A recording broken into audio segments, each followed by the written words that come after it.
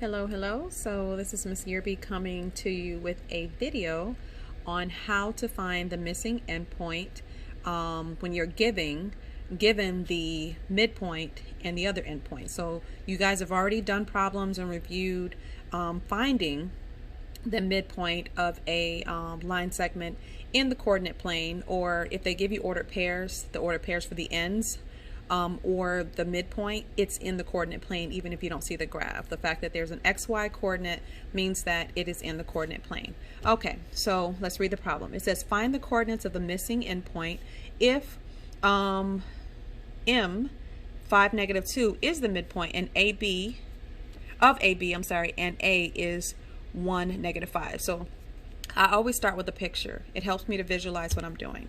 So what I know is that I have a line segment AB, so I'm going to go ahead and draw that line segment out. So here, give myself some space. Okay, and so this is A and this is B. And I know that there's an M for midpoint according to what they're saying here. So this, of course, is not drawn the way it would be on the coordinate plane. It's probably a diagonal line as opposed to a, horizontal line. But I just need a model of a line segment. All lines are straight.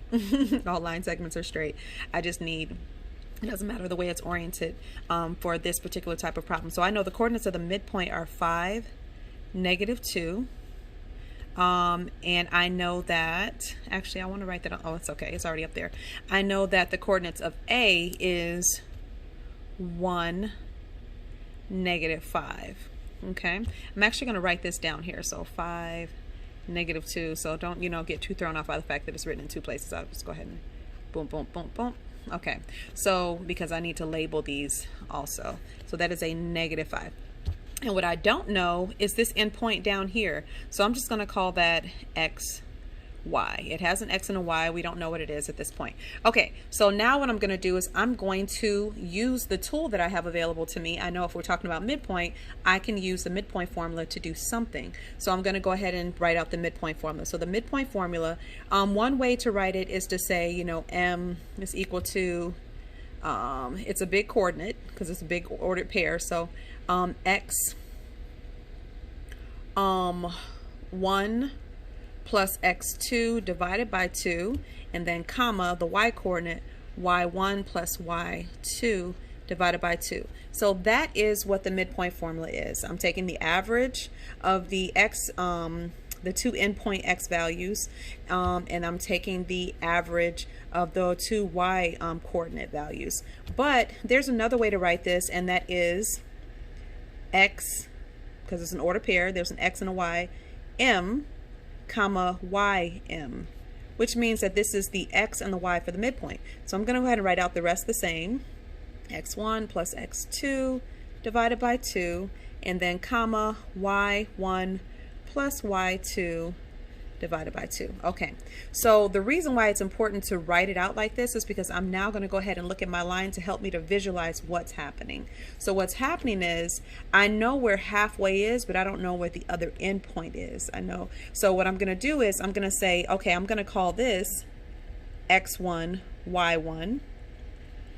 It doesn't matter which endpoint you call X1, Y1, X2, Y2. It doesn't matter. What's really important is that you always call the center point, no matter what it's labeled, XM, YM. That part is really important. The midpoint is special.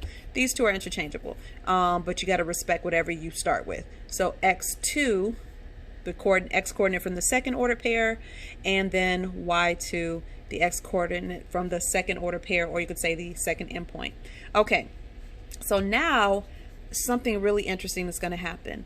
In order, I'm going to use this formula, but I'm going to create two mini formulas based upon the relationship to the coordinates of the midpoint and the coordinates of the in what it represents in terms of the two averages. Okay, so I'm going to break this into two different, I wish I had a different color pen. Do I? Let me see. Hold on. Stay with me. Yep, okay. So I'm going to go ahead and break it up. So I'm going to say XM. The X coordinate of the midpoint is equal to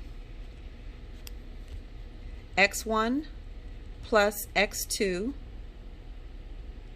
divided by 2, and the y coordinate of the midpoint is equal to y1 plus y2 divided by 2. Now remember, I know one of the x's, the x1s and y1.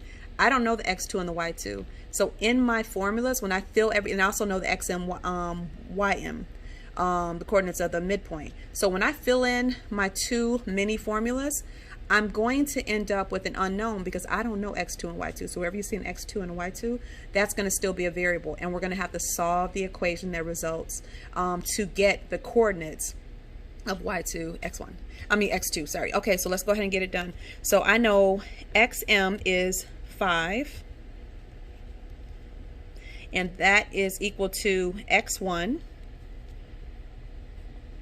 plus x2, which I don't know, I'm just going to put x there, and divided by 2. Good shape. We're in good shape because the only part I don't know is the x. So that means that since there's one unknown here, I can definitely solve to find out what that x is. And in this case, I'm going to call it x2 because that's what it is. x2 is the same as x, but x2. Okay, so now I'm going to take the y coordinate of the midpoint, so -2. I like to do the same thing, do the same type of thinking. I don't want to work this all the way out and then have to start all over again. So I'm going to do the formulas for both. The substitution, I should say, for both. So -2 is ym, and then y1 is -5, plus, we don't know what y2 is. We can call it y, or I'm going to call it y2 because I want to make the distinction, and then divided by 2. So now I'm going to do the solving part. So in order to get to this numerator, to even subtract away this one, I have to first get rid of divided by 2. So the inverse to dividing by 2 is multiplying by 2, and then I'm going to perform the multiplication property of equality, and I'm going to multiply by 2 on both sides in order to keep this statement a true statement. So I'm going to go ahead now, and this is going to cancel. 2 divided by 2 is 1, so it's divided by 1, so that means it's just 1 plus x now. So 1 plus x is anything divided by 1 is itself, and this becomes 10. And so I'm going to subtract 1, subtraction property of equality, subtraction property of equality, and I end up with x is equal to +9. So x2, I should say, is so I know that this is, let me put my little +9. I know that one is +9. Almost there. Okay, so now I'm going to go ahead and do this one. Same thing, inverse operation, property of equality. I'm going to end up with a -4 here, equal to -5 plus y2, and notice that is a y sub 2, not y squared. There's a difference when it's on the bottom. It's just notation, it's not math. It's just telling you which side it goes to or what shape it goes to or what, but when it's up top, that means you're multiplying y times y. That's completely different. Okay, so then now I'm going to go ahead and do the inverse of subtracting 5, and I'm going to add 5 on both sides, and I'm going to end up with y sub 2 is equal to a +1. So I put this on the wrong side, sorry. So x was 9, and this is 1. So if you were sitting there looking like, huh, you were right. Okay, so let me make sure I have it right. So x is 9. Yes, the x 2 is 9, and the the y2 is 1. Where is it? Okay, up there. I'm trying to look at the camera at the same time.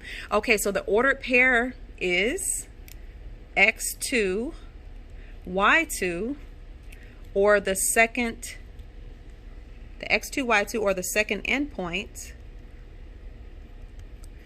is equals, same as is, 9, 1. That is the answer. The other endpoint is 9, 1.